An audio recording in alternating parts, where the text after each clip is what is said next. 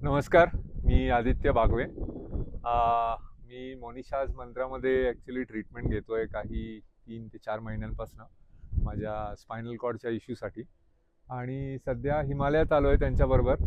हा असा उत्तम असा छानसा रिसॉर्ट आहे इकडे आणि त्यांची एक होलिस्टिक ट्रीटमेंट आहे.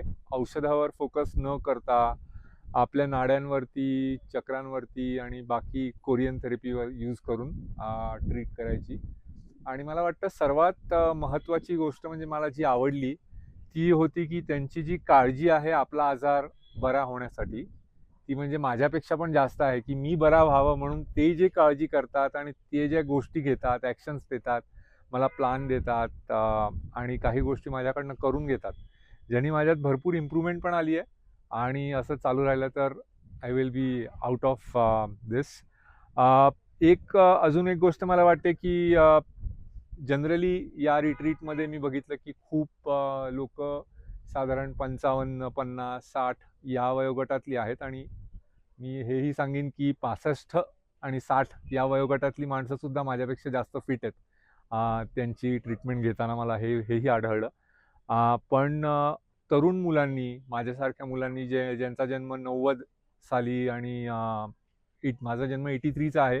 सो 90s किड ज्याला म्हणतात किंवा मिलेनियल ज्याला म्हणतात, त्यांनी सुद्धा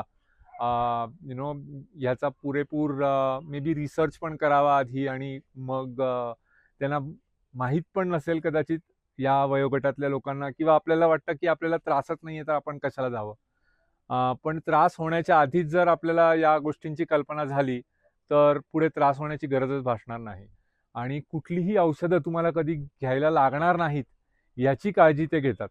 सो मला वाटतं हे सर्वांपर्यंत पोचणं गरजेचं आहे सध्याच्या काळात, जिकडे आपण सारख्याच गोळ्या खात राहतो काही झालं तरी. सो आणि एस्पेशली मे बी तुम्ही ट्रीटमेंट घ्या न घ्या पण तुम्ही हिमालयन रिट्रीट्स त्यांच्या ज्या होत राहतात वर्षातनं 4 वेळा, त्या जरूर अटेंड करा. त्यांच्यानंतर तुम्ही डिसाईड करू शकता स्वतःच. आणि मला वाटतं म्हणजे पैसेसुद्धा काहीच जास्त नाही आहेत. ज्या प्रकारच्या सोयी इकडे दिलेल्या आहेत, सो खूपच छान वाटलं आणि मनापासून धन्यवाद.